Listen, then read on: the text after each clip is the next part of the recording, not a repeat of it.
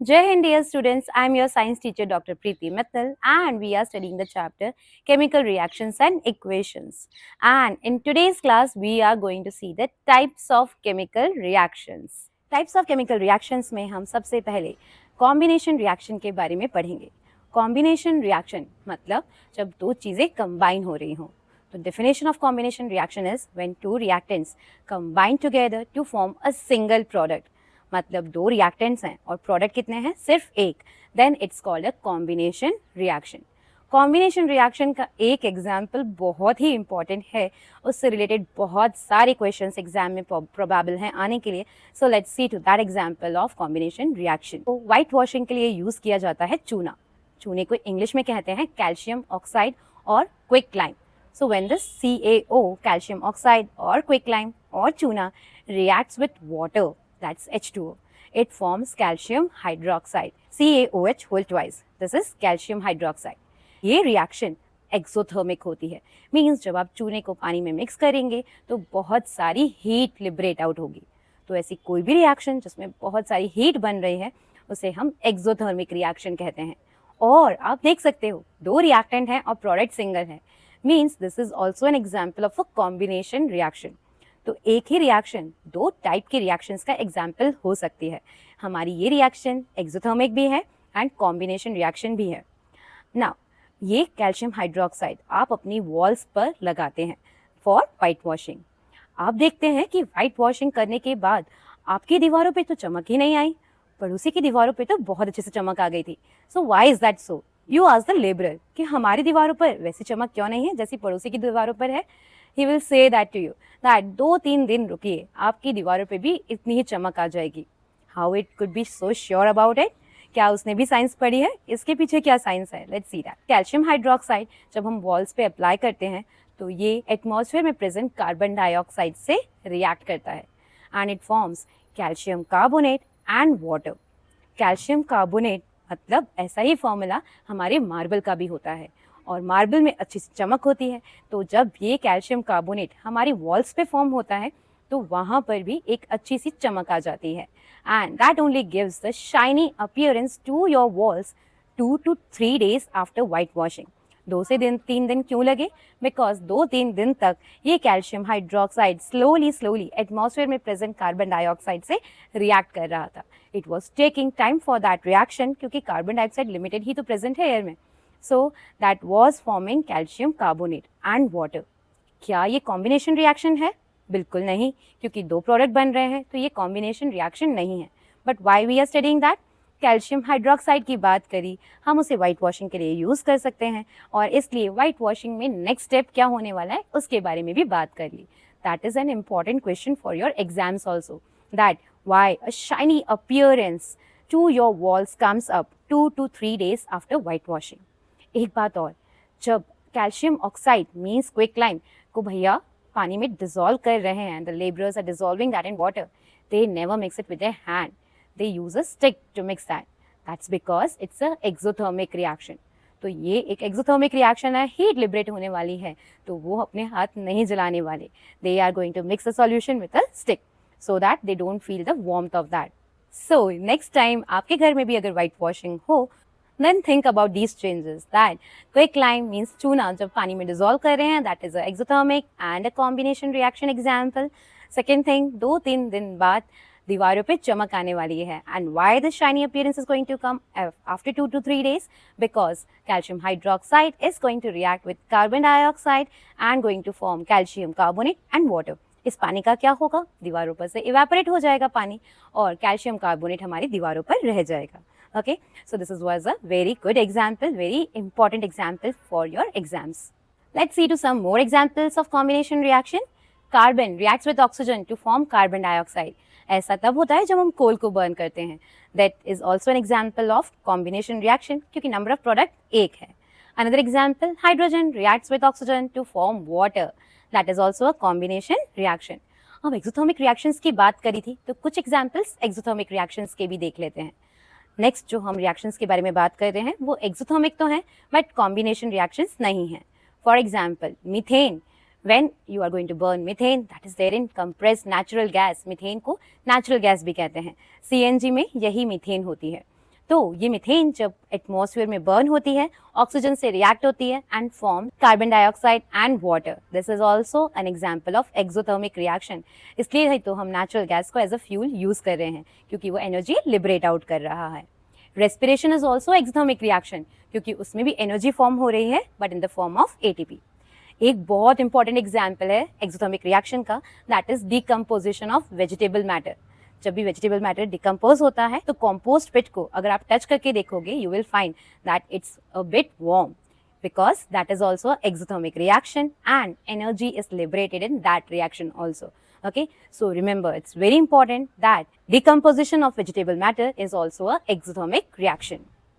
Next, we are going to talk about decomposition reactions. Decomposition reactions are those in which one reactant breaks down to form two or more than two products.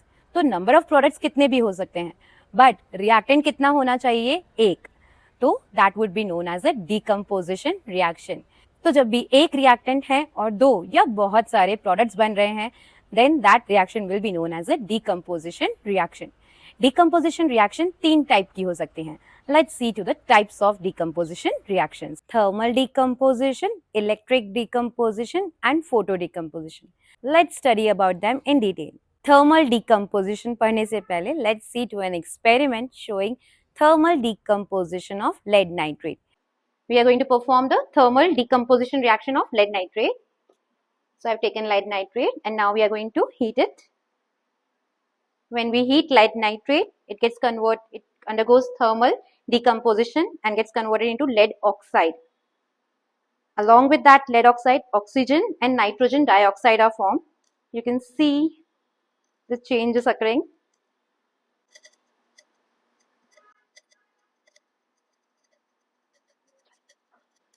You can see the brown fumes coming out of it.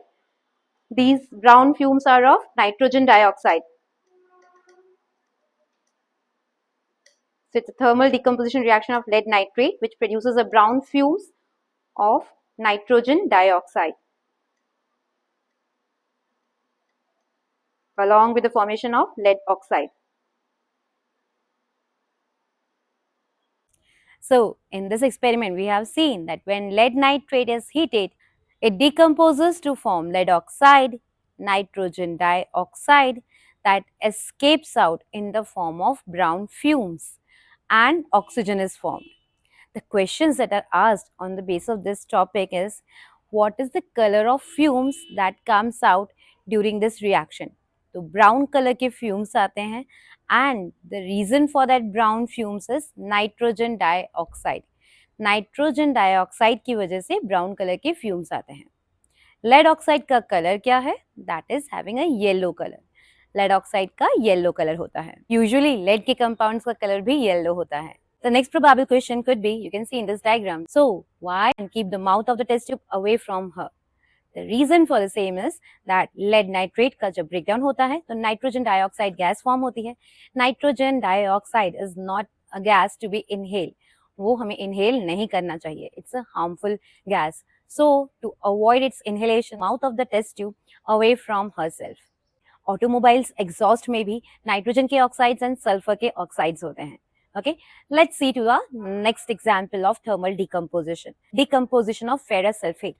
Ferrous sulfate का crystals का color होता है green and it's known as green withdrawal. Ferrous sulfate crystals has 7 water molecules as water of crystallization. ये water of crystallization क्या है?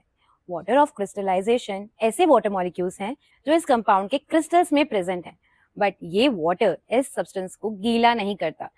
Ferrous sulfate is having 7 H2O. 7 water molecules are attached to every molecule of ferrous sulfate.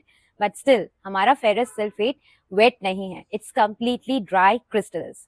So, such water molecules that are absorbed by any compound during the formation of its crystals are known as water of crystallization. Now, when you heat these ferrous sulfate crystals, इसकी हरी भरी जिंदगी में से सारे रंग उड़ जाएंगे and it will turn colorless. So, we'll get ferrous sulfate without any water molecules in it and it's now colorless. अब जब हम इस ferrous sulfate को और heat करेंगे तो इसका thermal decomposition होगा and it will break down to form ferric oxide and sulfur dioxide and sulfur trioxides.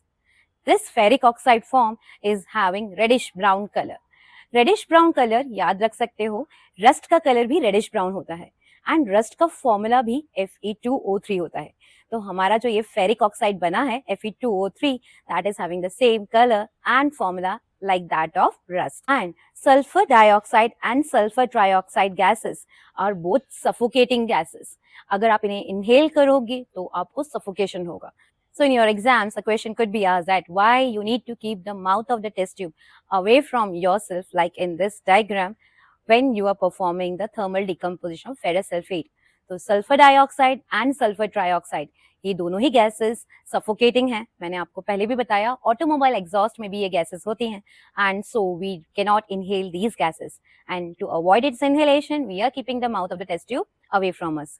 ठीक है, दोनों ही क्वेश्चंस में रीजन सेम है, माउथ से दूर रखने का, क्योंकि हम इन गैसेस को इनहेल नहीं करना चाहते। ये गैसेस हार्मफुल हैं हमारे रेस्पिरेटरी सिस्टम के लिए। Okay, one more example of thermal decomposition, that's very easy one, is thermal decomposition of calcium carbonate. Calcium carbonate को जब हीट करते हैं तो calcium oxide and carbon dioxide gas form होती है। It's very easy example and आपके exams में question ये भी आ सकता है that write differences between combination and decomposition reaction. So इस टाइप के डिफरेंसेस में आप लिख सकते हो the definition of both the type of reactions and one example of that. Probably that question comes for 2 marks. One more thing, thermal decomposition of lead nitrate is a very frequently asked question in exams. तो इसे बहुत अच्छे से memorize कर लो। Next type of decomposition reaction is electrolytic decomposition of water. Water में से जब आप इलेक्ट्रिसिटी पास करते हैं तो hydrogen and oxygen separate out हो जाएंगे and you will get these gases separately. अगर हम एक्सपेरिमेंटली इस तरह का सेटअप क्रिएट करें and we see we have taken a container in which we have taken some water and that is connected to a source of current through a battery. जब आप battery switch on करोगे तो current इसके through pass होगा and जो gases form होंगी उसे collect करने के लिए हमने दोनों ही के ऊपर इन्वर्टेड टेस्ट ट्यूब रख दी है। सो जब हम इलेक्ट्रिसिटी पास करेंगे वाटर के थ्रू तो वाटर का इलेक्ट्रोलिटिक डिकम्पोजिशन होगा। Electrolytic decomposition means decomposition due to passage of electric current. जब इलेक्ट्रिक करंट के थ्रू डिकम्पोजिशन होगा हाइड्रोजन एंड ऑक्सीजन फॉर्म होंगे।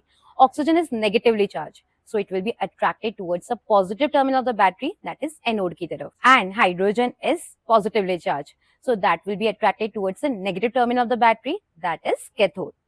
तो ये दोनों गैसेस एनोड और कैथोड वाली टेस्ट ट्यूब्स में कलेक्ट हो जाएंगे। ओके, अगर आपको याद करने में दिक्कत होती है कि एनोड पॉजिटिव है या नेगेटिव तो रिमेंबर ए से एनोड एंड ए से एडिशन। तो एनोड होता है positive terminal of the battery. अब बात करते हैं क्वेश्चन क्या आ सकता है इससे रिलेटेड एग्जाम्स में। एग्जाम्स में पूछते हैं कि ये दोनों टेस्ट ट्यूब्स में जो गैसेस फॉर्म हो रही हैं उसमें से किस गैस का वॉल्यूम ज़्यादा होगा एंड क्यों। So it's very obvious, water के फॉर्मूले में ही 2 हाइड्रोजन एटम्स हैं और 1 ऑक्सीजन एटम है। तो जब हम इलेक्ट्रिसिटी पास करेंगे तो हर 2 एटम ऑफ हाइड्रोजन के साथ में 1 ऑक्सीजन का एटम फॉर्म होगा एंड इसलिए हाइड्रोजन का वॉल्यूम ज़्यादा होगा as compared to that of oxygen and they will be in the ratio of 2:1 means 2 parts of hydrogen के साथ में 1 part of oxygen collect होगा। It's very easy, समझ में ही आ रहा है क्योंकि वाटर के मॉलिक्यूल में ही 2 हाइड्रोजन एटम्स हैं with every atom of oxygen. Okay, so that was about electrolytic decomposition of water. Next it's photolytic decomposition. Photo word का मतलब होता है light. Photosynthesis में भी plants अपना खाना बनाते हैं in presence of sunlight and that is why we are using the word photo. तो फोटो वर्ड जहां पर भी आता है that means light. Photo decomposition का मतलब होता है कोई चीज डिकम्पोज हो रही है in presence of light, that will be known as photo decomposition. Example of that is silver chloride and silver bromide. Silver chloride या सिल्वर ब्रोमाइड दोनों में से किसी पे भी अगर आप सनलाइट को एक्सपोज करेंगे तो आपको मिलेगा सिल्वर एंड सिल्वर क्लोराइड के केस में क्लोरीन गैस एस्केप आउट होगी एंड सिल्वर ब्रोमाइड के केस में ब्रोमीन गैस एस्केप आउट होगी। चेंजेस क्या होंगे फिर से याद करने का आ गया, तो silver chloride and silver bromide दोनों का ही कलर व्हाइट होता है बट सिल्वर जो फॉर्म होती है रिएक्शन में that is grey in colour. Now the question that is asked in your exams is silver chloride and silver bromide को store करने के लिए केमिस्ट्री लैब में इन्हें हमेशा डार्क कलर्ड बॉटल्स में ही स्टोर करा जाता है। Why is that so? So they need to be stored in dark colored bottles only because they can undergo photo decomposition.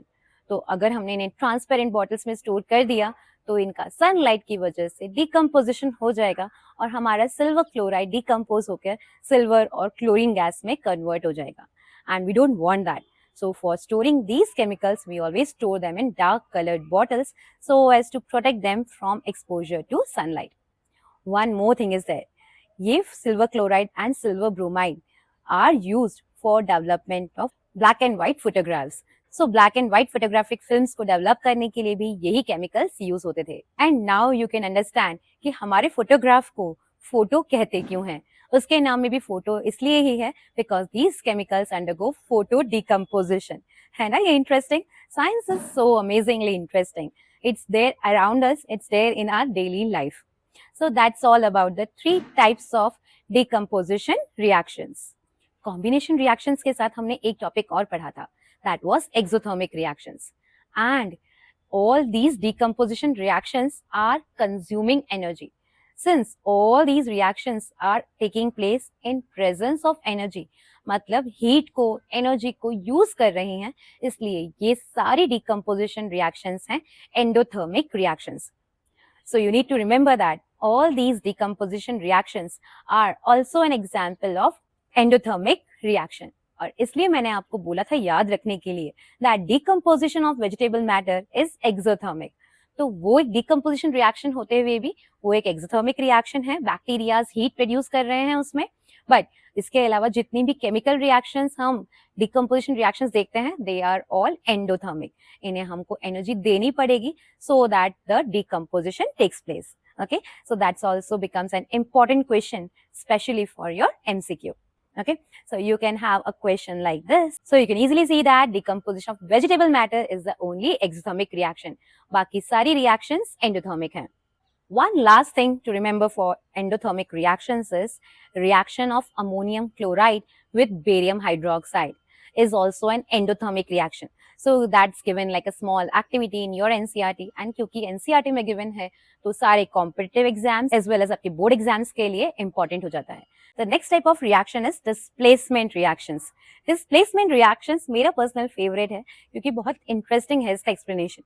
Displacement का मतलब होता है किसी को हटाकर उसकी जगह पर आ जाना. So let us first define displacement reactions.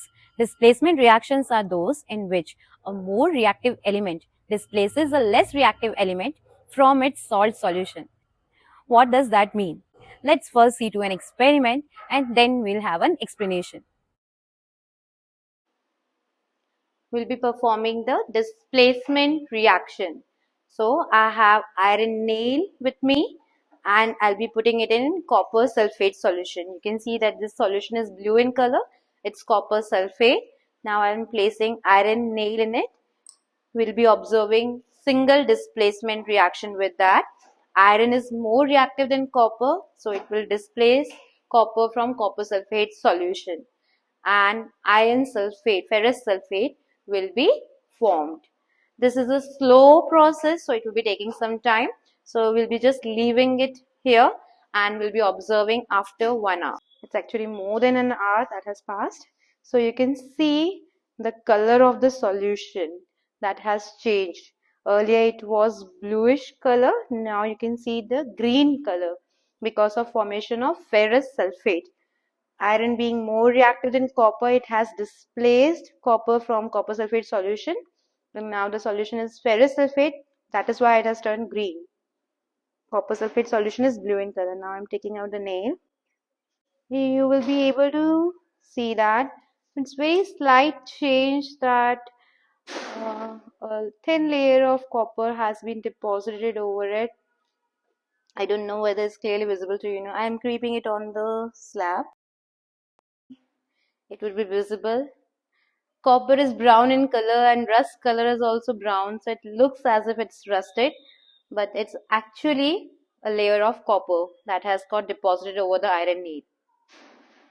So that is an example of displacement और displacement reaction की वजह से हमारा copper sulfate solution that was blue in color changed to ferrous sulfate, and so the color also changed to green color. Okay, तो ये change इसलिए आया because of displacement reaction. हमारा copper less reactive था, सीधा साधा भोला भाला था, इसलिए iron बहुत strong था, उसने उसे displace कर दिया. आपके एग्जाम्स में इससे रिलेटेड क्वेश्चन आ सकते हैं। आपको कोई भी इक्वेशन दे देंगे like this and you would be asked which of the following reactions is not possible. आपको इसे सॉल्व करने के लिए ये पता होना चाहिए कि कौन सा मेटल ज्यादा रिएक्टिव है and which metal is less reactive, and for that we will learn the reactivity series. So our reactivity series is Karan ने कार मांगी, ऑल्टो जेन फरारी, पापा बोले हंगामा क्यों, होगी आगे और पिटाई. So by this mnemonic you can easily learn this reactivity series. इस reactivity series को learn करना आपके लिए होगा बहुत easy और ये reactivity series आपके लिए हमेशा हमेशा बहुत important है. So you can just repeat this part of the video and listen to that again so that learn this reactivity series. It's very important. Chapter 3 metals and non-metals में भी ये reactivity series हमें वापस पढ़नी है. तो इसलिए आज अभी इसी वक्त इसे बहुत अच्छे से याद कर लो. Let's repeat it once again. करण ने कार मांगी, ऑल्टो जेन फरारी, पापा बोले हंगामा क्यों, होगी आगे और पिटाई. Okay, so it's easy to remember and बस याद हो जाएगा इससे. जो भी मेटल्स ऊपर हैं रिएक्टिविटी सीरीज में वो ज्यादा रिएक्टिव हैं and the metals which are at the bottom that are less reactive. और इसलिए हमारा सबसे ज्यादा रिएक्टिव मेटल है करण, that is potassium. K symbol is used for potassium. And सबसे लीस्ट रिएक्टिव हैं हमारे सिल्वर, गोल्ड एंड प्लैटिनम. और इसलिए ही तो हम इन्हें ज्वेलरी बनाने के लिए भी यूज करते हैं बिकॉज ये लेस रिएक्टिव हैं, जल्दी से रिएक्ट करके काले नहीं पड़ेंगे एंड हमारी ज्वेलरी चमकती रहेगी. That's why these metals like silver, gold and platinum are used to make jewellery also. ये रिएक्टिविटी सीरीज के बेसिस पे अब आप इस इक्वेशन के लिए इजिली बता सकते हो that silver cannot displace copper from copper sulphate solution. So this reaction is not possible. Rest all the three reactions are possible. तो हमारा सिल्वर लेस रिएक्टिव है इसलिए कॉपर को कॉपर सल्फेट सॉल्यूशन में से डिस्प्लेस नहीं कर पाएगा. इस टाइप का कोई भी क्वेश्चन आपके एग्जाम्स में आएगा तो बस आप रिएक्टिविटी सीरीज के बेसिस पे उसको इजीली वर्कआउट कर सकते हो. I hope that's clear with you all. Okay, next type of reactions is double displacement reaction. Displacement reaction में एक पावरफुल एलिमेंट एक बेचारे सीधे साधे एलिमेंट को हटाकर उसकी जगह पर आ रहा था, उसे डिस्प्लेस कर रहा था. बट डबल डिस्प्लेसमेंट रिएक्शन नाम में ही है डबल. तुम मुझे डिस्प्लेस करोगे तो मैं भी तुम्हें डिस्प्लेस कर दूंगा. ऐसी ही है हमारी double displacement reaction. So let's define that. Whenever there is exchange of ions between the reactants to form new products, that is known as a double displacement reaction. Double displacement reaction समझने के लिए let's see two experiments first and then we'll continue. Today we are going to perform double displacement reaction. In this test tube I have taken lead nitrate aqueous solution and here I have aqueous solution of potassium iodide. Now I am going to add potassium iodide to lead nitrate and we'll see a double displacement reaction. So let's see what happens. So you can see a beautiful yellow precipitate of lead iodide being formed here, and along with that aqueous potassium nitrate is formed. So this yellow precipitate is of lead iodide. This is an example of a double displacement reaction. So in this reaction you have seen that the beautiful yellow colored precipitate of lead iodide was formed. मैंने आपको पहले भी बताया था lead के compounds usually yellow colour के होते हैं और हमारे लेड आयोडाइड का कलर भी येलो कलर का प्रेसिपिटेट बना. प्रेसिपिटेट होता क्या है? What's the meaning of a precipitate? Precipitate वो सब्सटेंस है that is not soluble in the solution. For example अगर आप चॉक को पानी में डालोगे तो it's not soluble in water. Similarly यहाँ पर हमारा लेड आयोडाइड जो फॉर्म हुआ that is also not soluble in this solution and so वो सॉलिड पार्टिकल्स इस सॉल्यूशन में रहेंगे. And if you let it stand for some time, after some time you will see that lead iodide के सारे particles नीचे settle down हो जाएंगे. Let's see to one more experiment showing a double displacement reaction. Using aqueous solution of sodium sulfate and here I have taken barium chloride, aqueous solution again. So now I am going to add this barium chloride to sodium sulfate and will observe a double displacement reaction with precipitation formation.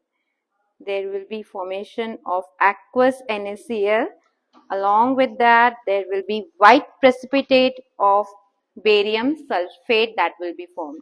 So you can see the white precipitate of barium sulfate that's formed in this. So in this reaction, you have seen that white color precipitate of barium sulfate was formed. So barium sulfate के white color का precipitate बन गया है. Okay, so these reactions are also known as precipitation reactions because इसमें precipitate का formation हो रहा है. But every double displacement reaction is not a precipitation reaction. कुछ double displacement reactions में precipitate ना बने, that is also possible. Now let me tell you something extra, कुछ extra हो जाए. So remember, for competitive exams, it's important that every double displacement reaction is either a precipitation reaction or a neutralization reaction. तो जब भी double displacement होगा या तो precipitate बनेगा या फिर न्यूट्रलाइजेशन होगा. मींस एक एसिड एक बेस से रिएक्ट करता है, सॉल्ट एंड वाटर फॉर्म होता है. तो that is also an example of double displacement reaction and that is also known as a neutralization reaction, like this example. Okay, so every double displacement reaction is either a precipitation reaction जिसमें precipitate बने or it could be a neutralization reaction. कुछ extra for displacement reactions also.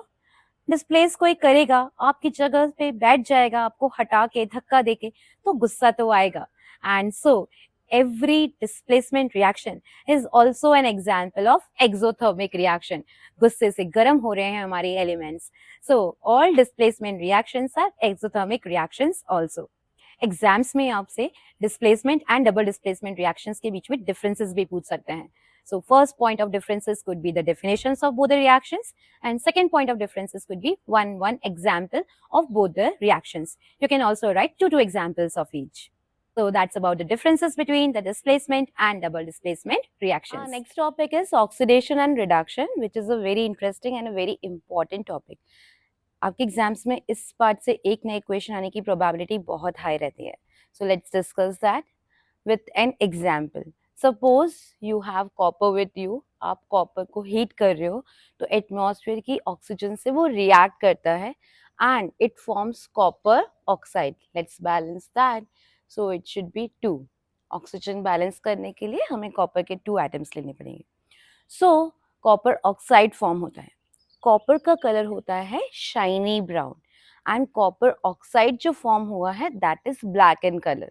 आपको लगेगा इसमें क्या बड़ी बात है, कोई भी चीज हीट कर रहे हो, जला रहे हो तो जल जाएगी, जल के काली हो जाती है कोई भी चीज. It's that easy to remember that copper oxide is black in colour. And copper का कलर तो हम सब जानते हैं, कॉपर के यूटेंसिल्स हम घर में यूज भी करते हैं. So it's having a shiny brown colour. So it's sometimes asked in your exam that a substance X reacts with the oxygen present in the atmosphere and forms a black colored substance. Identify that X. So that X is copper and the black colored substance formed is copper oxide, and you are asked to write the reaction that is here. Copper is reacting with oxygen. जब भी कोई substance oxygen से react करता है, oxygen उससे combine होती है, तो उसमें ऑक्सीजन का एडिशन हो रहा है, तो such a reaction is known as oxidation reaction. So whenever there is addition of oxygen, that reaction is known as oxidation reaction. अब हमको मिल गया है copper oxide. So copper oxide we have, and now if we pass hydrogen gas through it, what would be formed is copper and water. Copper and water form हो जाएगा, मतलब copper में से oxygen remove हो जाएगा. Whenever there is removal of oxygen, such a reaction is known as reduction. तो इस hydrogen ने क्या किया, कॉपर से उसका ऑक्सीजन ले लिया. And can you tell me the reason why hydrogen was able to take the oxygen? Remember, displacement reaction happened here. आपको याद है reactivity series में hydrogen is more reactive than copper. तो hydrogen being more reactive than copper, it displaced copper from its salt solution and took the oxygen. वो उसको remove करके और खुद ने ऑक्सीजन ले लिया क्योंकि hydrogen was more reactive than copper. So here we have seen that ये displacement reaction का भी example है, but right now what we are studying is जब ऑक्सीजन का removal होता है तो that is known as reduction. Oxygen जब किसी भी चीज में से रिमूव हो जाती है तो that is known as reduction. तो कॉपर ऑक्साइड का क्या हुआ है, रिडक्शन हुआ है। So let's write that what's asked in your exams and how you need to represent that. आपको ये रिएक्शन देंगे, आपसे पूछेंगे किसका ऑक्सीडेशन हुआ है एंड किसका रिडक्शन हुआ है। सो हियर कॉपर ऑक्साइड में से ऑक्सीजन रिमूव हुआ है, इसलिए कॉपर ऑक्साइड का हुआ है रिडक्शन। और रिडक्शन के बाद क्या फॉर्म हुआ है, copper is formed after reduction. And hydrogen का क्या हुआ है, ऑक्सीडेशन। हाइड्रोजन का ऑक्सीडेशन क्यों, क्योंकि हाइड्रोजन के साथ ऑक्सीजन ऐड हो गया। So whenever there is addition of oxygen, that's oxidation. Whenever there is removal of oxygen, that is known as a reduction reaction. Okay.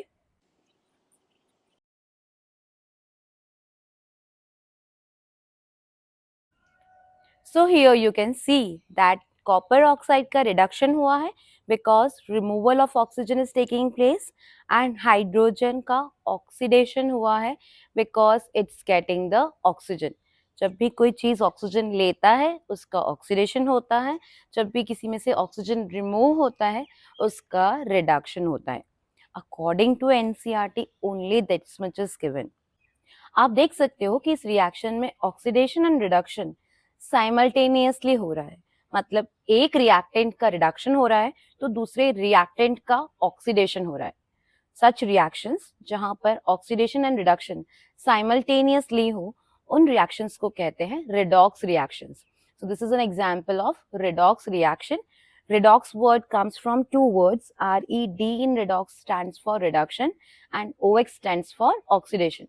So here you can see oxidation and reduction simultaneously हो रहा है, इसलिए इसके नाम में REDOX है, that is standing for redox. Okay, so I hope this equation is clear. Now what you need to remember, very important thing for your exams. आपके exam में इस टाइप का इक्वेशन आने के चांसेस बहुत ज्यादा होते हैं। आपको इक्वेशन दे देंगे और आपको पूछेंगे किसका ऑक्सीडेशन हो रहा है और किसका रिडक्शन हो रहा है। बस आपको एक चीज आइडेंटिफाई करनी है, बस या तो ये पहचान लो कि किसका ऑक्सीडेशन हो रहा है या ये पहचान लो किसका रिडक्शन हो रहा है। आंसर में नाम कभी भी किसी प्रोडक्ट का नहीं आएगा।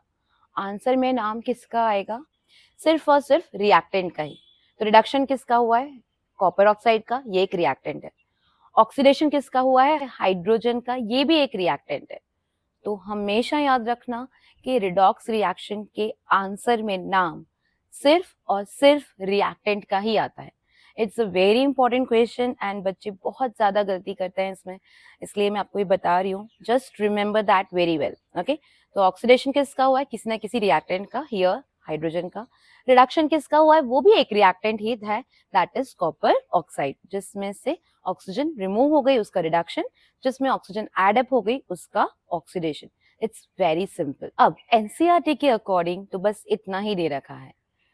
So in Rajasthan board exams, only this much is asked, that which one of the following is undergoing oxidation and which one is undergoing reduction. That's it. But if you're appearing for CBSE board exams or if you're preparing for any competitive exam, इससे और भी ज्यादा आपसे पूछते हैं। Just one simple thing, आपसे पूछेंगे reducing agent कौन है। तो इसका रिडक्शन हुआ है, इसका रिडक्शन करवाया किसने, हाइड्रोजन ने, बिकॉज हाइड्रोजन ने इससे ऑक्सीजन ले लिया। इसका रिडक्शन हुआ, करवाया किसने, ऑपोजिट वाले ने। तो रिड्यूसिंग एजेंट कौन हुआ, हाइड्रोजन। ओके, नाउ हाइड्रोजन का ऑक्सीडेशन हुआ है।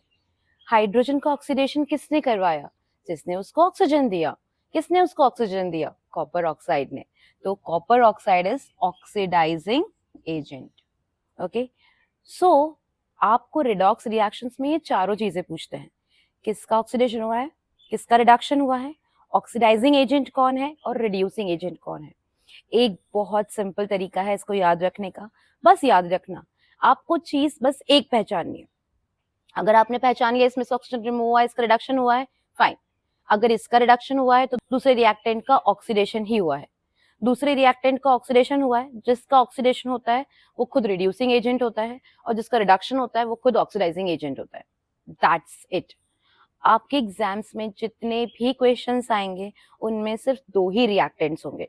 Number of products could be more, but number of reactant would be only two only. So remember, आपको बस एक चीज आइडेंटिफाई करनी है और बस समझ लो एक लॉ ऑफ ऑपोजिट्स है, ऑपोजिट ट्राई करते जाओ। एक पहचान लिया, उसके आगे का सारा काम ऑपोजिट्स करेंगे। फॉर एग्जाम्पल यहाँ हमने बस इतना पहचाना था कि कॉपर ऑक्साइड का रिडक्शन हुआ है। कॉपर ऑक्साइड के अपोजिट दूसरा रिएक्टेंट कौन है? हाइड्रोजन, तो उसका ऑक्सीडेशन हुआ है। हाइड्रोजन का ऑक्सीडेशन हुआ है, अब उसका ऑपोजिट कर दो, तो जिसका ऑक्सीडेशन होता है वो खुद रिड्यूसिंग एजेंट होता है, जिसका रिडक्शन होता है वो खुद ऑक्सीडाइजिंग एजेंट होता है। So that's very simple way. And आप 5-6 क्वेश्चंस ट्राई करोगे तो फाइनल एग्जाम्स तक आपको रिपीट करने की भी रिक्वायरमेंट नहीं होगी। So just practice some questions like this, will be practising right now. And this type of questions आप देखकर खुश हो जाओगे कि अरे वाह बहुत अच्छा क्वेश्चन आया है। Okay, so it's high probability to have this sort of questions in your exams, and it's a gift for you all by the examiner. Okay, so let's see to some more examples of redox reactions. This reaction is this: manganese dioxide reacts with hydrochloric acid to form manganese chloride, water, and chlorine gas escapes out. अब हमें product से कोई मतलब नहीं है, what we are concerned with is the reactants. तो आप देख सकते हो मैंगनीज ऑक्साइड में से ऑक्सीजन रिमूव हो गया है। मैंगनीज ऑक्साइड में से ऑक्सीजन रिमूव हो गया मतलब मैंगनीज ऑक्साइड का हुआ है reduction. So you can easily identify that oxygen is remove, so manganese oxide का हुआ है रिडक्शन। एंड HCl में से हाइड्रोजन रिमूव हो गया। Now comes a new concept, removal of oxygen is reduction but removal of hydrogen is oxidation. तो HCl में से हाइड्रोजन रिमूव हो गया, क्लोरीन बना है और इसलिए है ये ऑक्सीडेशन। ओके, तो हाइड्रोजन का रिमूवल भी होता है ऑक्सीडेशन। ये एक बात और याद रखनी है, addition of oxygen is oxidation, removal of oxygen is reduction, and removal of hydrogen is oxidation. Addition of hydrogen, किसी चीज में हाइड्रोजन ऐड हो गया तो addition of hydrogen is reduction. Okay, तो ऑक्सीडेशन रिडक्शन को समझने के लिए दो चीजें हैं, oxygen as well as hydrogen. Addition of oxygen और removal of hydrogen, that both means oxidation. Addition of oxygen और removal of hydrogen. Okay, and reduction means removal of oxygen और एडिशन ऑफ हाइड्रोजन। इन दोनों का ही मतलब होता है reduction हो। Oxygen का आपको इजीली याद रह जाता है, ऑक्सीजन के ऑपोजिट है हाइड्रोजन, बस इतना याद रख लें। ओके, तो इस रिएक्शन में अब आपको जब एग्जाम में पूछेंगे, आपसे पूछेंगे किसका ऑक्सीडेशन हो रहा है और किसका रिडक्शन हो रहा है। आंसर्स में नाम हमेशा रिएक्टेंट्स के ही आते हैं। हमें दिख रहा है इसमें से ऑक्सीजन रिमूव हो गया इसलिए इसका रिडक्शन है, तो ऑपोजिट वाले का ऑक्सीडेशन हुआ होगा। जिसका ऑक्सीडेशन होता है वो खुद होता है रिड्यूसिंग एजेंट, क्योंकि उसने इसका रिडक्शन करवाया, और जिसका रिडक्शन होता है वो खुद होता है oxidising agent. So we can identify very easily कि किसका ऑक्सीडेशन हुआ है, किसका रिडक्शन हुआ है, कौन ऑक्सीडाइजिंग एजेंट है एंड कौन रिड्यूसिंग एजेंट है। Okay, I have prepared a detailed video of approx 20 to 25 minutes for redox reactions. Redox reactions एक बहुत इंपॉर्टेंट टॉपिक है। For your board exams this much is sufficient, but if you are planning to opt for PCB or PCM in 11th and 12th and you are going to continue with chemistry, 11th 12th में फिर से ये topic आएगा, and that would be really beneficial for you all if you learn something extra right now.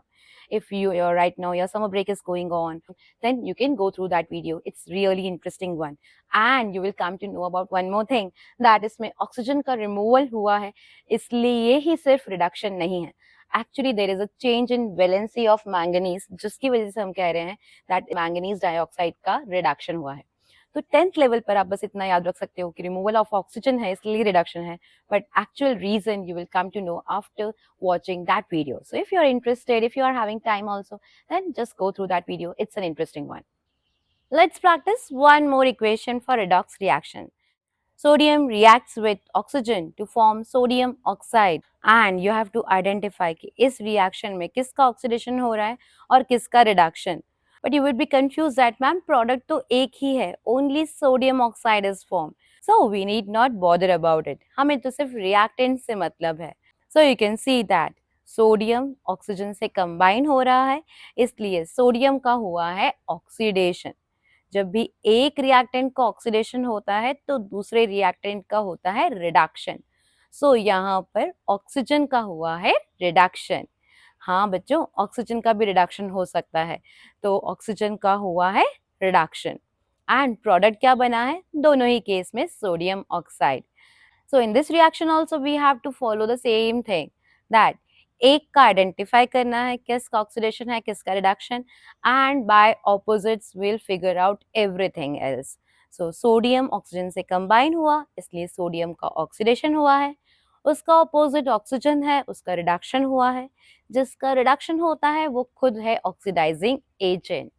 तो हमारा oxygen है oxidising agent and sodium का oxidation हुआ है, तो वो खुद है reducing agent. So sodium is reducing agent. Okay. So I hope that was easy. Let's work out one more equation. So here lead oxide reacts with carbon to form lead and carbon monoxide. So here also lead oxide was there.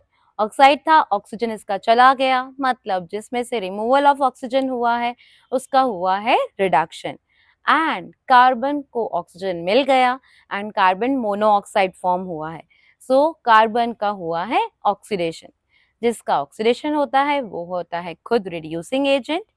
तो हमारा carbon है reducing agent and lead oxide का reduction हुआ है, वो खुद है oxidising agent. उसने ही तो कार्बन को ऑक्सीडाइज करा. So lead oxide is oxidising agent. One last example of redox reaction is this: when iron oxide Fe2O3 reacts with aluminium to form Al2O3 and iron. So it's very easy for you all. So Fe2O3 में से oxygen remove हुआ है, इसलिए removal of oxygen is reduction. And aluminium को oxygen मिल गया है, इसलिए aluminium का हुआ है ऑक्सीडेशन. तो Fe2O3 में से ऑक्सीजन रिमूव हुआ है, इसलिए Fe2O3 का हुआ है रिडक्शन एंड एल्यूमिनियम को ऑक्सीजन मिल गया है, इसलिए एल्यूमिनियम का हुआ है ऑक्सीडेशन. जिसका ऑक्सीडेशन होता है वो खुद होता है रिड्यूसिंग एजेंट. तो aluminium was the reducing agent and Fe2O3 का रिडक्शन हुआ है, इसलिए वो खुद है ऑक्सीडाइजिंग एजेंट. हाँ, एजेंट है तभी तो उसने ऑक्सीजन एल्यूमिनियम को दे दिया. So this is another example of redox reactions. कुछ extra, one last thing that's not mentioned in NCERT: all displacement reactions are also redox reactions only. सारी की सारी जितनी भी डिस्प्लेसमेंट रिएक्शंस आप पढ़ते हो, सारी डिस्प्लेसमेंट रिएक्शंस रिडॉक्स रिएक्शंस भी होती हैं. तो जितनी भी डिस्प्लेसमेंट रिएक्शंस हम पढ़ते हैं, every displacement reaction is also an example of redox reactions.